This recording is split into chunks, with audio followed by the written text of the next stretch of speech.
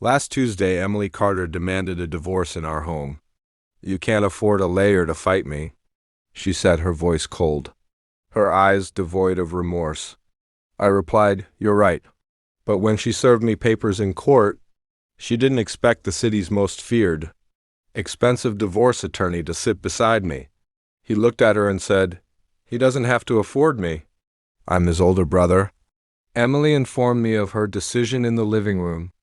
We'd spent 8 years making ours. Her words carried no sadness, only a victor's certainty. She slid a folder across the coffee table, listing her demands. The house my grandfather helped me buy, 70% of our savings, and spousal support for 5 years. It wasn't a discussion, it was a demand for surrender. Her smug smile grew as she leaned back, confident in her plan. "Let's be realistic, Daniel," she said, her tone dripping with pity. "You're a high school woodshop teacher. You can't afford a lawyer to drag this out. My guy will bury you in fees." I sat there, staring at the woman I'd loved, feeling a chilling realization. She didn't just want to leave me. She wanted to destroy me. She saw me as weak, a hurdle to clear. Her weapon? My supposed inability to fight back. I let the silence linger, then said, "You're right." Her relief was instant. She thought she'd won. Emily stood, smoothed her skirt, and said, "Good, you'll get the papers next week." She walked out, believing the humble teacher wouldn't resist. She was wrong. Emily knew I was a man of modest means, a teacher with no fortune to throw at a legal battle. She also knew I had a brother, Daniel Hayes, the most feared divorce attorney in the state. What she banked on was our 5-year estrangement. Daniel, unlike me, isn't a teacher. He's a legal shark, a predator whose name sends shivers through courtrooms. Our fallout over our parents' home had left us silent. I wanted to keep the house as a family memory. Daniel, the pragmatist, saw it as an asset to sell. Our bitter argument ended in a chasm of pride. Emily witnessed that rift and calculated I was cut off from my greatest asset. She misjudged. For 3 days after her announcement, I drowned in despair. Losing my home, my savings, everything was crushing. On the 4th day, I hit rock bottom. With nowhere left to go, I swallowed my pride and dialed Daniel's private number.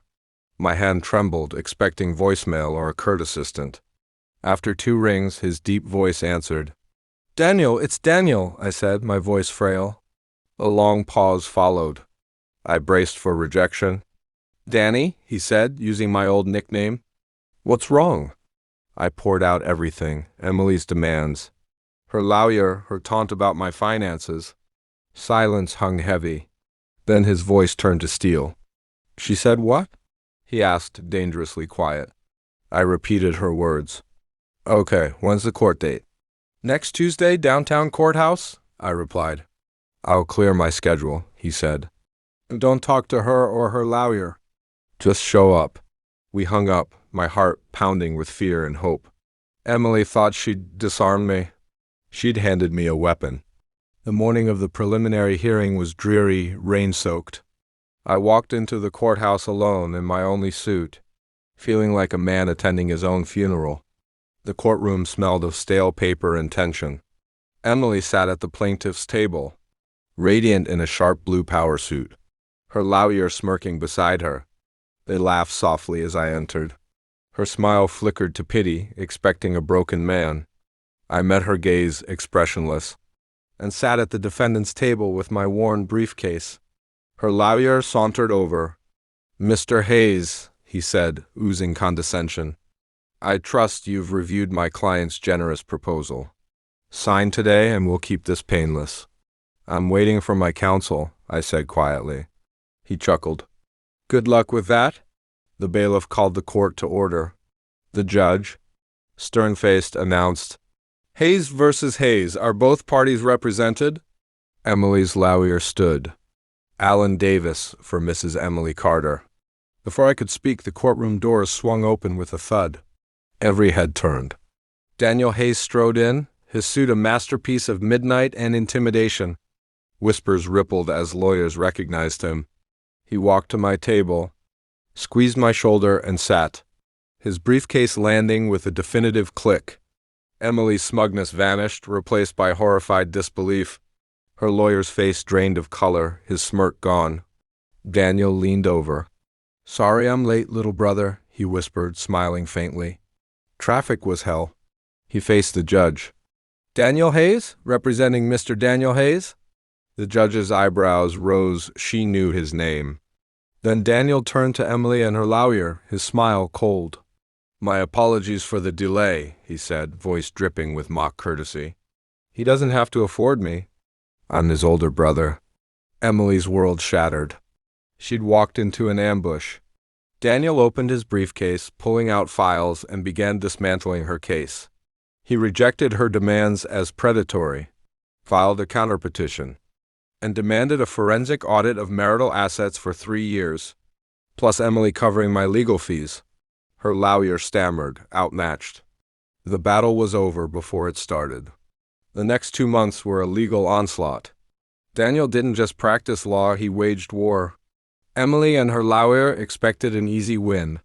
Instead, they faced a relentless assault. Daniel's first move was a motion for discovery, a terrifyingly thorough demand for every financial document. Emily touched in 5 years' bank statements, credit card bills, Venmo transactions. Her lawyer called it harassing.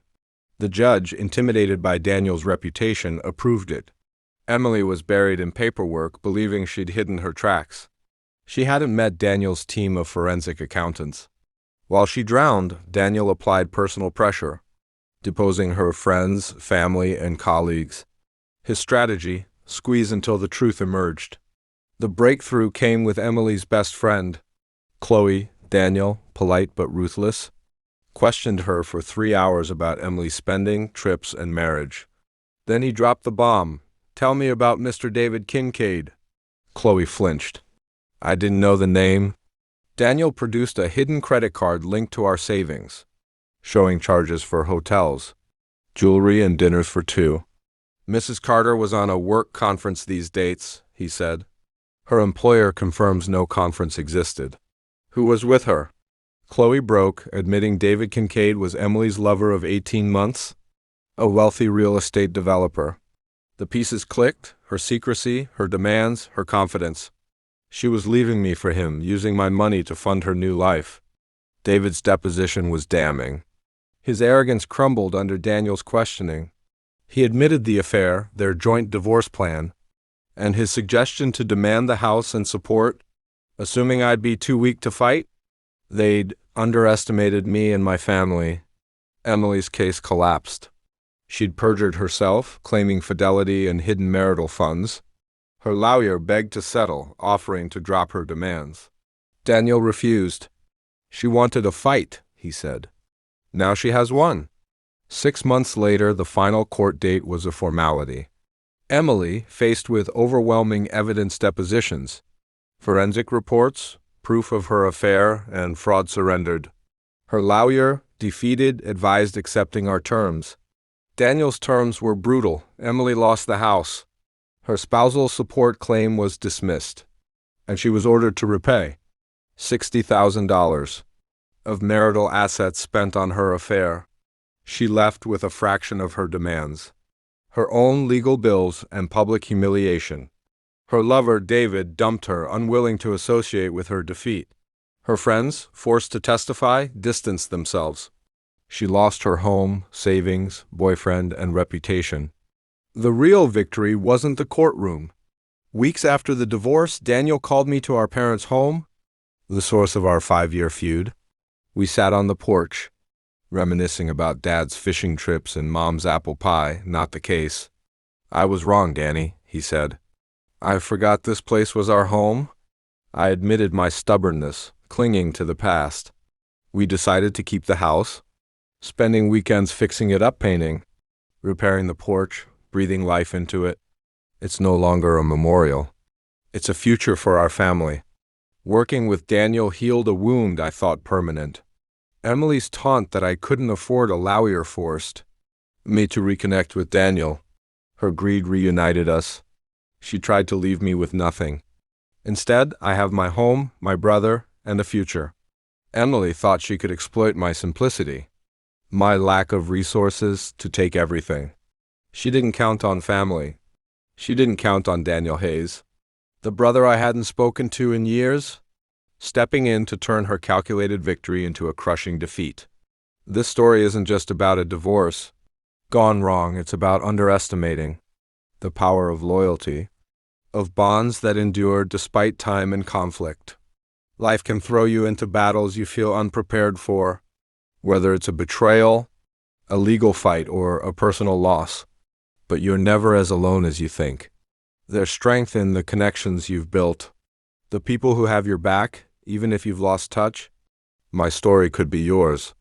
Maybe you're facing a challenge that seems insurmountable, a divorce, a financial crisis, or a betrayal. Don't let despair win. Reach out to those who matter, family, friends, or professionals who can fight for you. I was a woodshop teacher, not a warrior, but I found my champion in my brother. You have champions to find them. If you're in a legal battle, don't settle for less than you deserve. Seek out the best representation, even if it feels out of reach. Contact a trusted legal service to connect with top-tier attorneys who specialize in cases like mine, offering consultations to assess your situation. Call or visit a local legal office to explore your options and get a free case evaluation. Don't let someone else write your story's ending. Fight for your home, your future, your peace. My brother and I rebuilt our bond in our family home because I made one call. Make yours today. Reach out to a legal professional. Schedule your consultation and take back control.